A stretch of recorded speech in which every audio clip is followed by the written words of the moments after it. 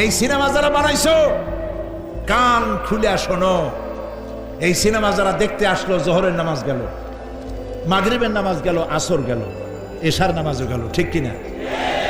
এতগুলা নামাজ গেল, আর তারপরে চরিত্র নষ্ট করলো, চরিত্র নষ্ট করে ফেন্সিডিল খাইলো, এরপরে চুরি করলো, ডাকাতি করলো, সন্ত্রাস করলো, জেনা করলো।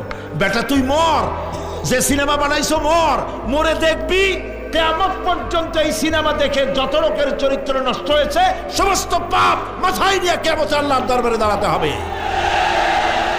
সুতরাং সিনেমার ব্যবসায়ীরা কানে ধরে সিনেমায় ঝাঁচা মেরে দূর করে দাও। যদি মুসলমান হও, মুসলমানের যদি জন্ম দিয়ে থাকে, সিনেমার ব্যবসা বাদ দিয়ে দাও।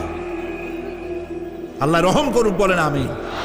কপাল পোড়া না হইলে সিনেমার ব্যবসা, এত ব্যবসা থুইয়া তুমি মানুষের চরিত্র ধ্বংস করার জন্য ব্যবসা করতেছো।